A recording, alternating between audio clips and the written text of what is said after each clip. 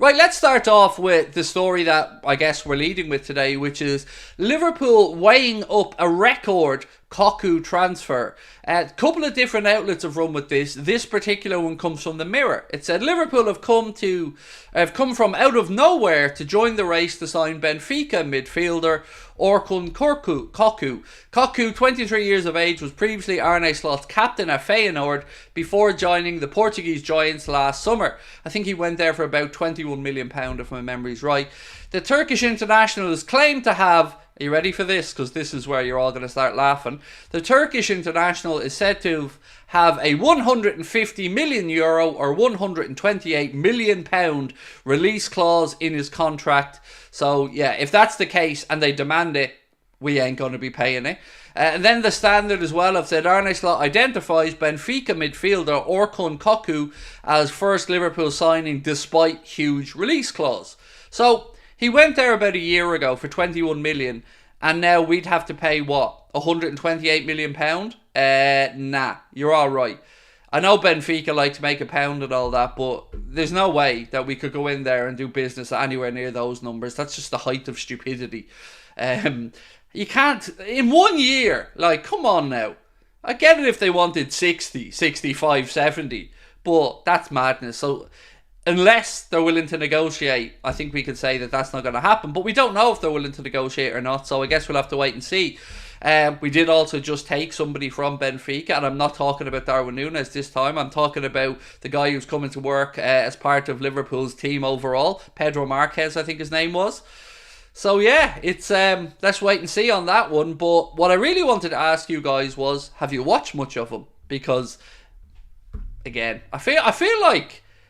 football's moving past me or something, because I don't know much about this guy at all, Cocu. So I want to know, if you're Turkish, let me know, is he good? If you watched him at Feyenoord, let me know, is he good? If you're a Benfica fan or you're Portuguese and you've watched them playing in Portugal, let me know, is he good?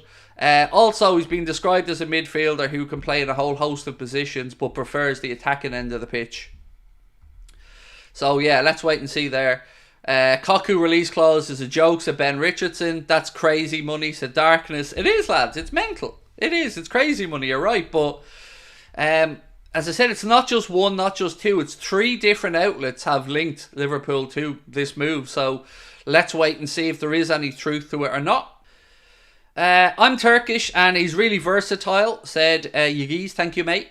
Real machine in terms of energy. I can see him as a Wijnaldum type.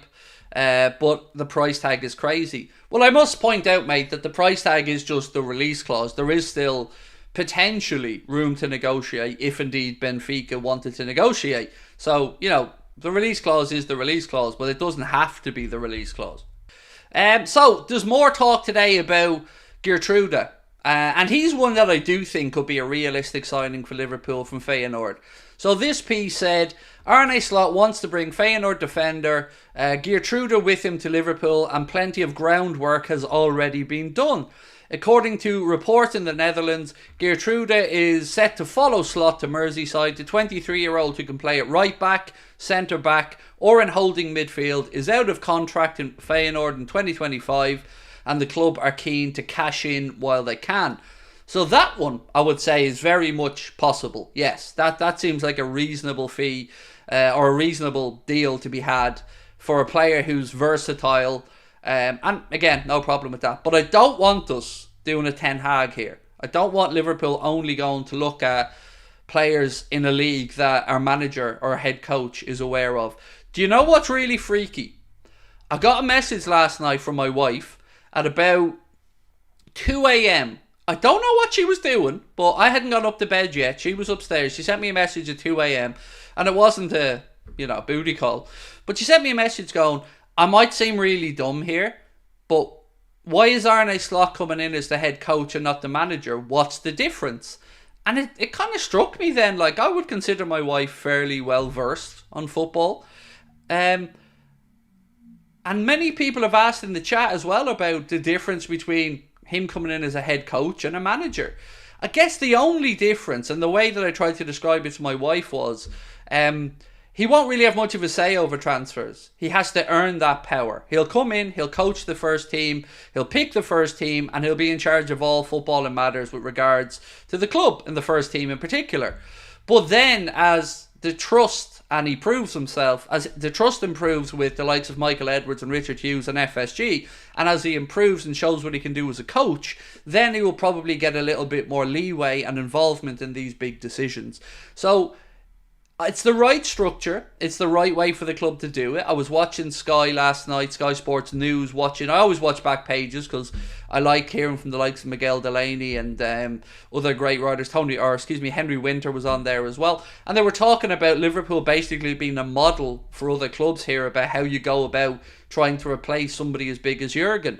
You put the right structure in place to make sure that the manager or the head coach can concentrate on the head coach duties and not being sidetracked with everything else.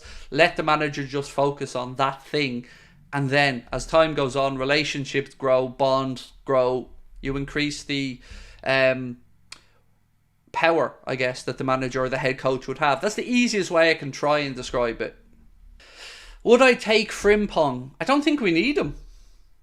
We have Connor Bradley and Trent for the right hand side, and then you've got Calvin Ramsey coming through. We don't need Frimpong. It's just a waste of money. And one thing we don't have is the ability to waste money. We can't do that as a football club.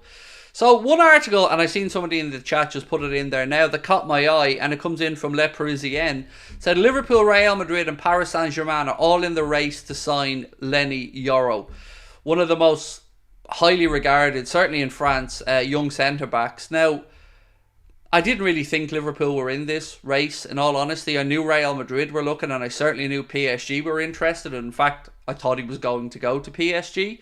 But again, if Real Madrid are interested and PSG are interested, I think we're not going to get anything done there, because we don't get drawn into bidding wars. It's not the way that we operate.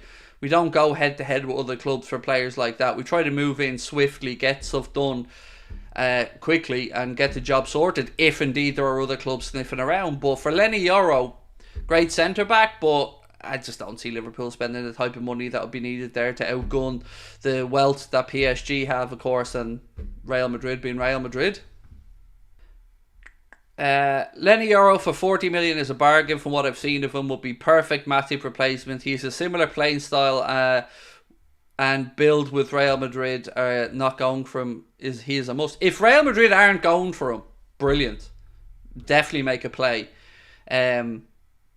because he's really, really highly regarded. I've never really covered him on the show because I didn't think we were in the race for him, and I thought that there were much more affluent, is probably the right word, clubs hovering around. But if Liverpool could get that done, that would be an incredible piece of business. Victor Gyökeres, Inacio and Martin Zubamendi. So one thing I will say to you about Gyökeres is wherever Ruben Amorim goes, there's a very good chance that Gyökeres follows, because as his agent said, he's the reason, the manager, that he went to play in Sporting. So I have a feeling if Gyökeres pops off elsewhere, it'll be where Ruben Amorim goes, or because a super club comes in with a big offer.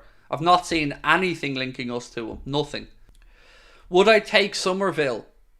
I don't know enough about him. I've said this all the way through. Like, I've seen bits and pieces of him. I watched some of the highlights of Leeds semi-final second leg, and I'll probably watch the playoff final at the weekend to try and get a view of him as well. But I think Bakayoko is probably more likely. But there's been a lot of conversation. Well, I say that. I may have to backtrack on that a little bit.